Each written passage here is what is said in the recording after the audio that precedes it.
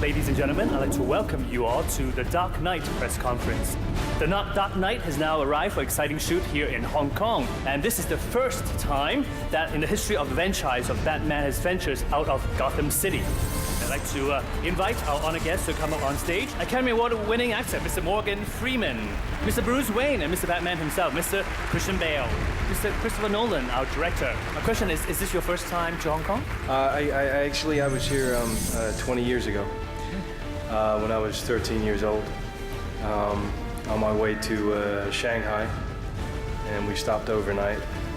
And I was kind of in a jet-lagged stupor, but I do remember, walking around the streets and seeing a lot of neon lights and enjoying that and thinking I'd like to come back here again. And then I arrived last night, and me and my wife went walking around in a jet-lagged stupor once again, and saw lots of neon lights, and I can't really remember where I went to at all, so it was kind of a deja vu.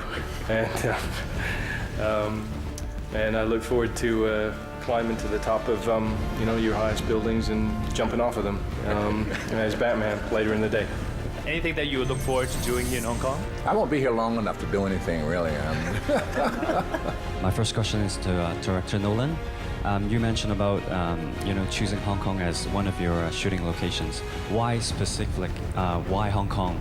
To you, what is so attractive about Hong Kong? I was looking for a way, in making a sequel, we're looking for a way to make the film more expansive than the first film, to build out on what we've done. And I felt it would be a really interesting thing to take this iconic American character and put him somewhere else in the world. And in looking for an appropriate location for that, I immediately thought of Hong Kong, because I think Hong Kong is such an incredibly cosmopolitan place. It's such a sort of hub, if you will, of different cultures and different things going on and traveling through here. So it seemed like a really extraordinary place to try and take this character and get him outside of his usual environment. I was just wondering whose decision it was not to do the scene in the harbour, for Batman to jump into the harbour. That was my decision, and had nothing to do with pollution or any of the other things I've been reading. It was simply a script decision, and when you see the finished film, you'll understand why. As far as any pollution questions go, I have absolutely no problem with dumping movie stars in the most polluted water. Some men just want to watch the world burn. Starting tonight, people will die. I'm a man of my word.